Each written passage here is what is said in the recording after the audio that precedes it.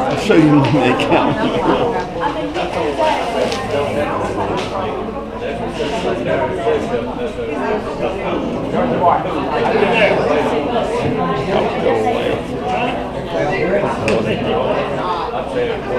So until the 7th, I'm in Argentina. Then I'm on a 2-day thing with administration, and then those are commencement. That's commencement and convocation, and then I'm in Florida, and then I'm back on Friday, and then I leave on the 24th for talking Penn State. Thank you.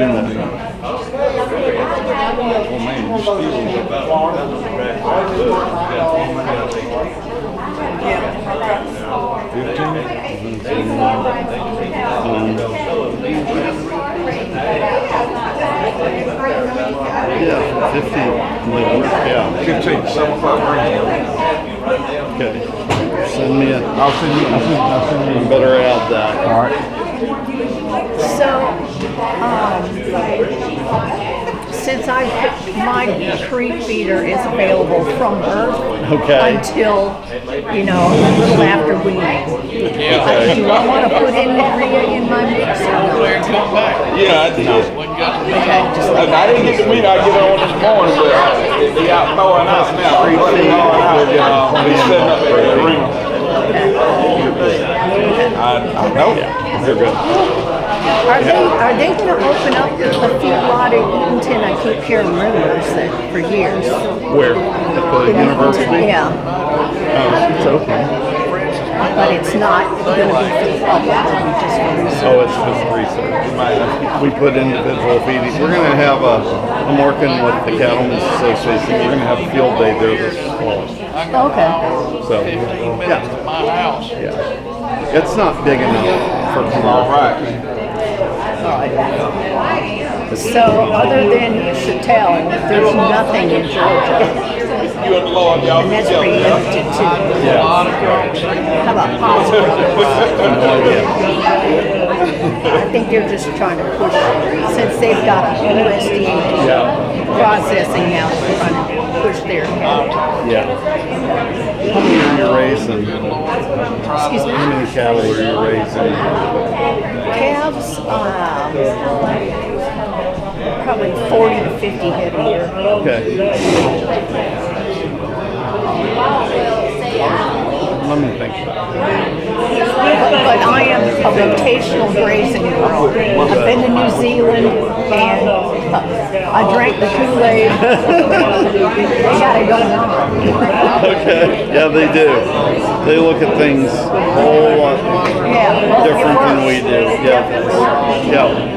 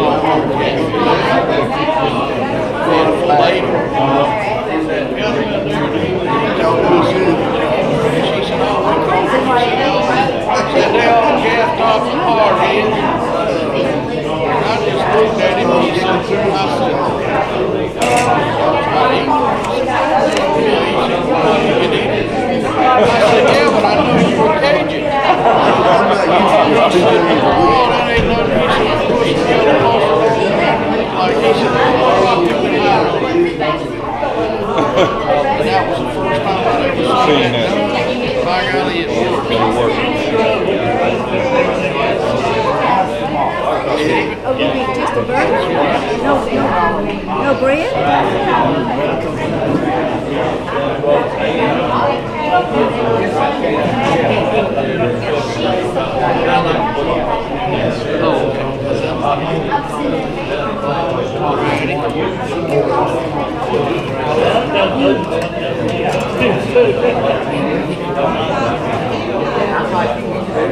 I'll wait till everything big enough to run around.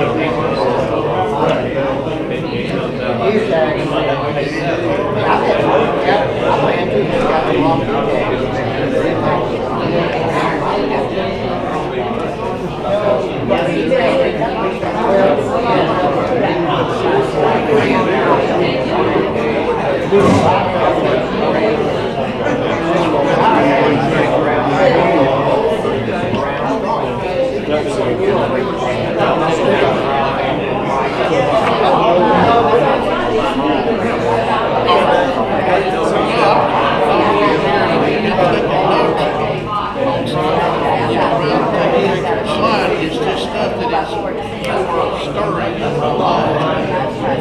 Bring it up. Okay, so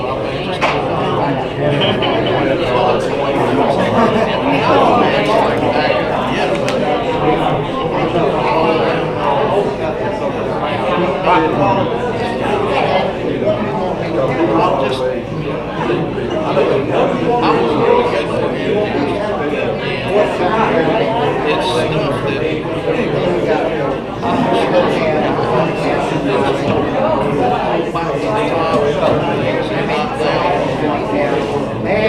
reawaken the share, especially I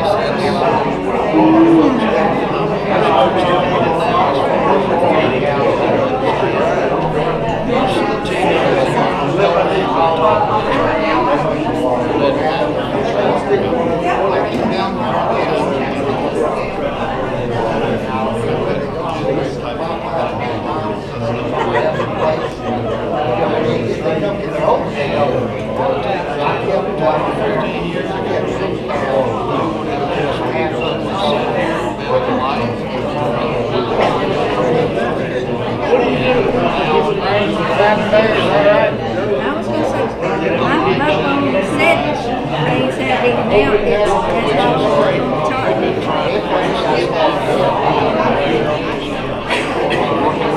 How about where you are? Straight off this morning. I can tell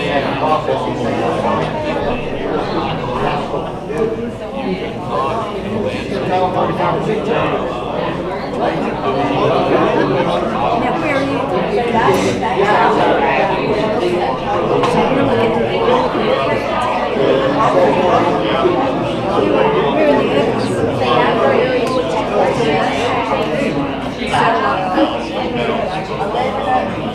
we're in the garden show that's going on this weekend.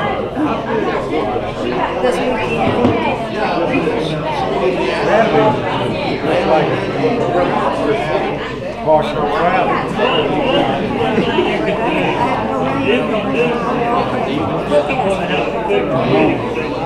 at it. Soon rain next week, Thursday, Friday. We got pretty fair. 70, 60, 70,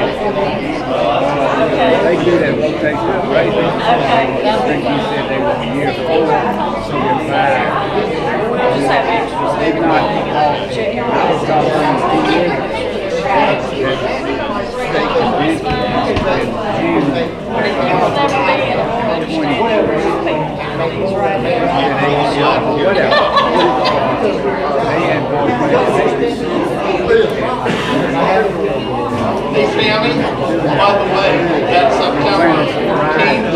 That's my oldest daughter's birthday. we have a knack for hitting the holidays.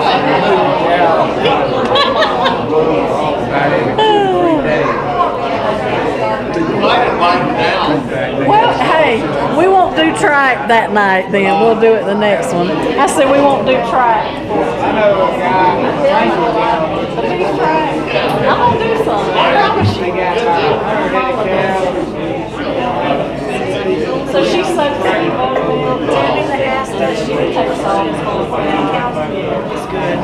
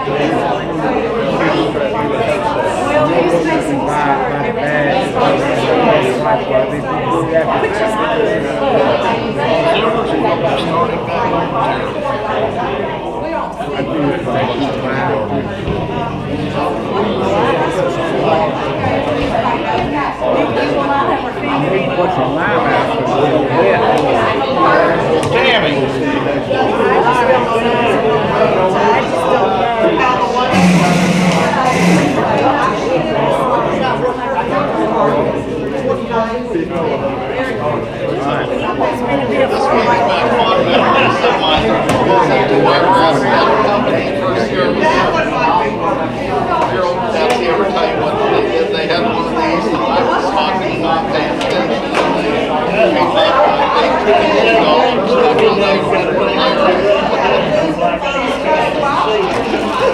Ouch. Hey, it's unreal. Brown carrot is better than that chopper. You need to get one of those to go with you too.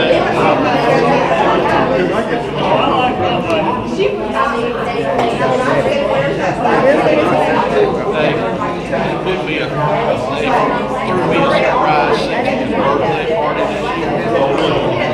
Jamie made the cake. I had no clue.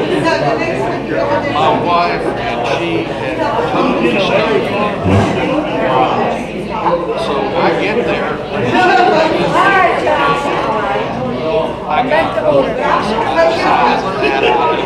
whole crowd devoured it. Yeah, they did.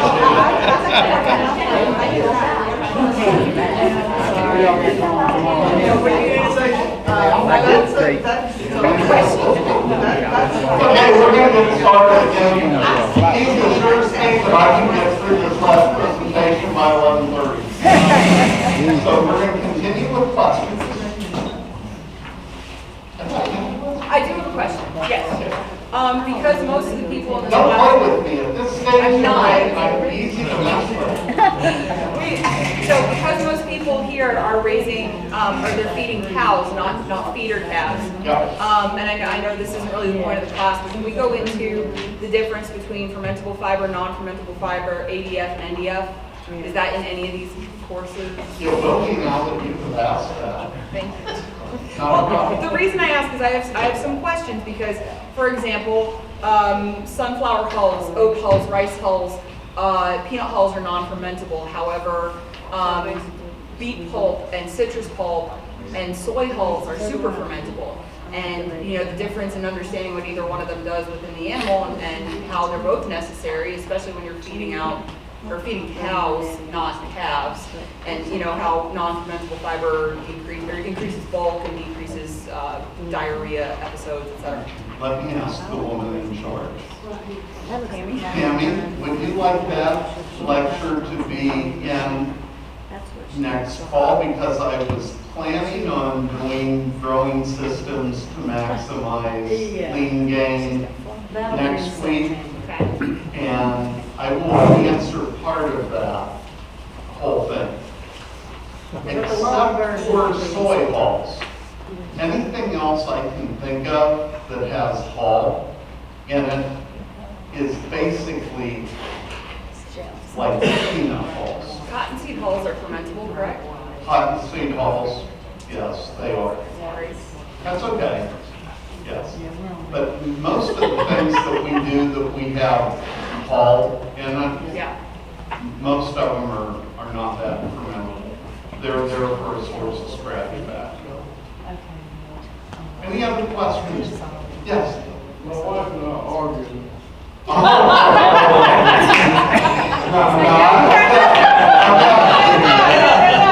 I'm going to say this, okay? She's right. What's the problem? I beat out steers and feeding a 30% corn, 30% corn gluten, and 40% peanut butter. Is that acceptable to feed out steers? Very politely, with all due respect, you can do that.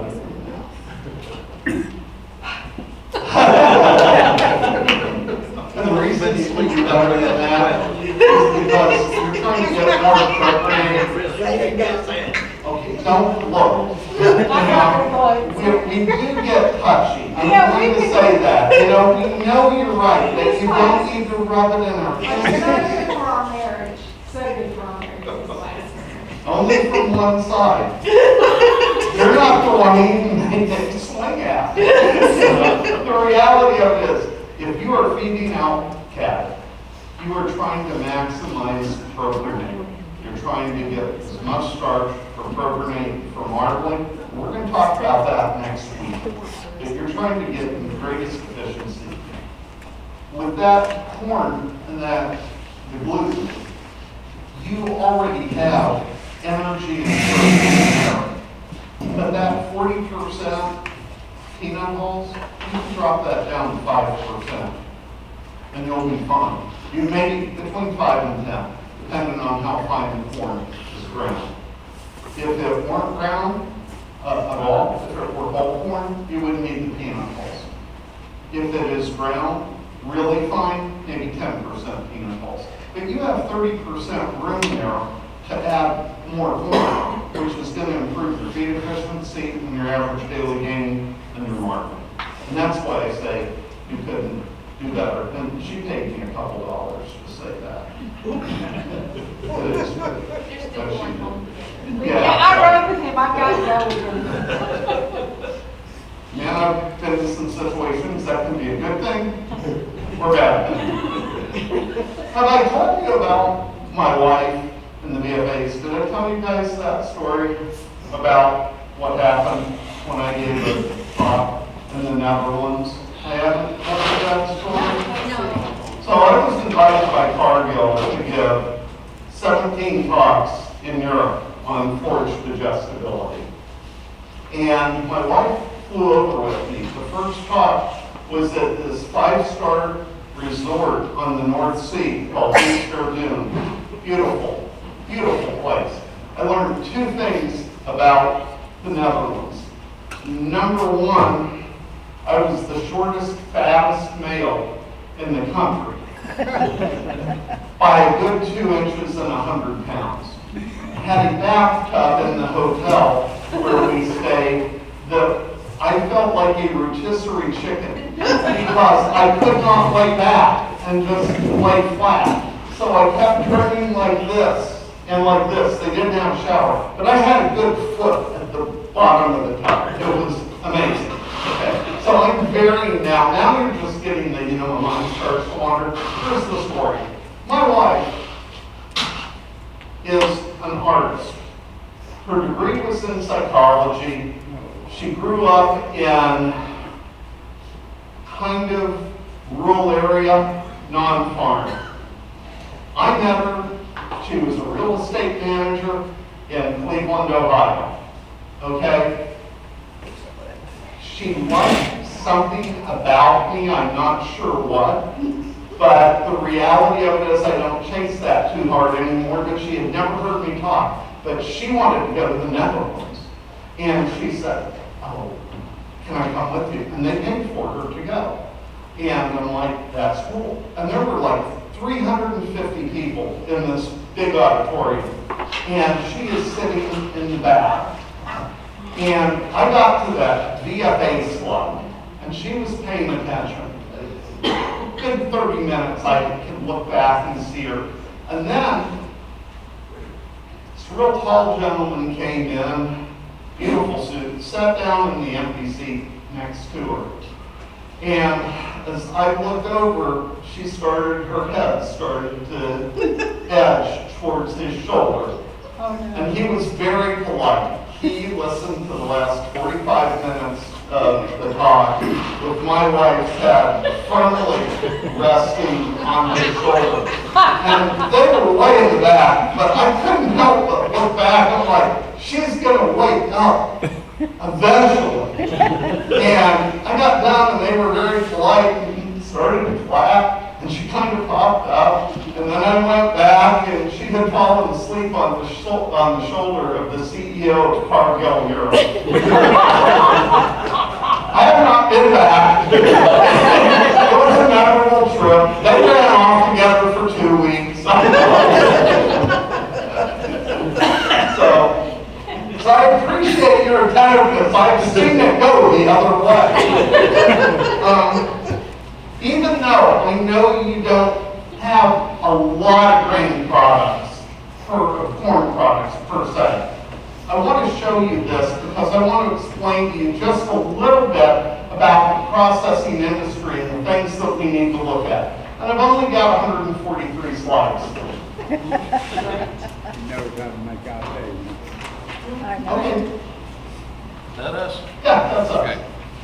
So if we look at total global corn production, 21-22, U.S. is about 32% of corn production, followed by China at about 22%. Brazil is increasing.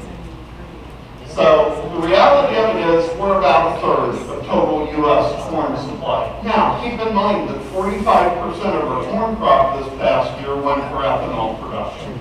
So that's why this is relevant from my standpoint. Okay. So, in 1 bushel of corn, we get 2.7 gallons of ethanol and 17 pounds of DDGs. So for 17.4 billion gallons of ethanol means we use 6.44 billion bushels of corn. And this is the end of 22 production numbers. That means that we produced 55 million tons of DDGs. That's a lot of dry distillers grains. That's not wet, that's dry. Okay? So that's like 87% dry matter product. Okay. So if we look where it's produced, I talked about Ohio and Indiana and Illinois, and then you get into Iowa and Nebraska and South Dakota and North Dakota, Minnesota. These states have phosphorus regulations. And quite frankly, in the last 10 years, cattle feeding has moved from this part of the country up to this part of the country. And it's followed the distillers' grains because it has become so expensive to get corn down there, because with the distillers' grains with an ethanol plant, they can deliver economically wet distillers' grains for a 17 to 20 mile radius. So as these states have been increased, Nebraska, Illinois, Minnesota, and South Dakota have a lot of ethanol, a lot of corn production. And even from Ohio, I used to think of them as too far north, but it's not the case. And so this is where the majority of ethanol is produced and where the majority of the distillers' grains are. Okay, but it's also the area that has nitrogen and phosphorus regulation. So we also have wet milling process. The corn wet milling process is designed for food and industrial uses, and the primary products of the corn wet milling process are cornstarch and edible corn oil. On average, you get 14.3 kilograms of cornstarch, or about 30 pounds of cornstarch, corn gluten feed, corn gluten meal, and corn oil. So corn gluten feed, corn gluten meal, they come from corn oil and from high fructose corn syrup production.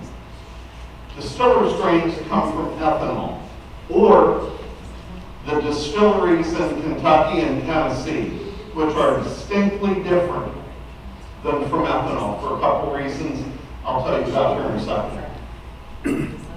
Okay, so from corn wet milling, corn bran plus steep can be wet or dry. Corn gluten feed is around 16 to 23% protein. It varies based upon what they're pulling off before the byproduct. It is really low in fat.